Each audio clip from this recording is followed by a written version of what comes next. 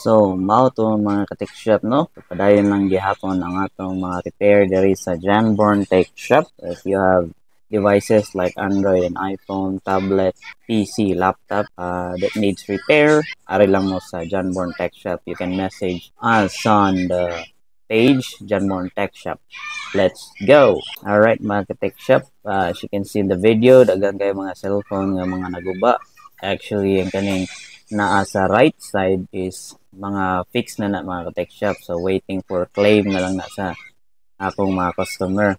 So, naatay iPhone dira mga ka-tech shop, broken LCD, broken back cover, nasa tayo Infinix Hot 10 Play, LCD issue gyapon.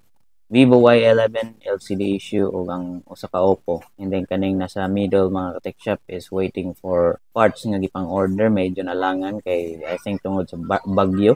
So na pending ang delivery ani mga tech shop. And then kaning nasa left side mao ni mga cellphones nga wala na gitagad sa tagiya mga tech shop. So wala na ko order og pisa ni. So I'm not sure saon lang ni working ni ang duha ani ang kaning Realme C2 ug ang kaning ang kaning Realme C1 motherboard issue dili na siya ma-fix. Padayon lang gyapon ta mga tech shop. So natay daghang tempered glass mga tech shop, no? Available ni.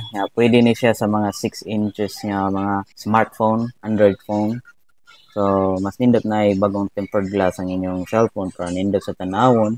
Ano sa pasad protection ni siya sa scratches o kanang dili dayon mabuak ang inyong LCD screen kay LCD screen karon mga tech shop medyo mahal-mahal, so mas maayo din natay tempered glass. So if ganahan mo magpailis mga tech shop, pwede mo contact sa page. Ako ra gyapon mo tawag na mga tech shop, and then high quality niya atong tempered glass. So let's go.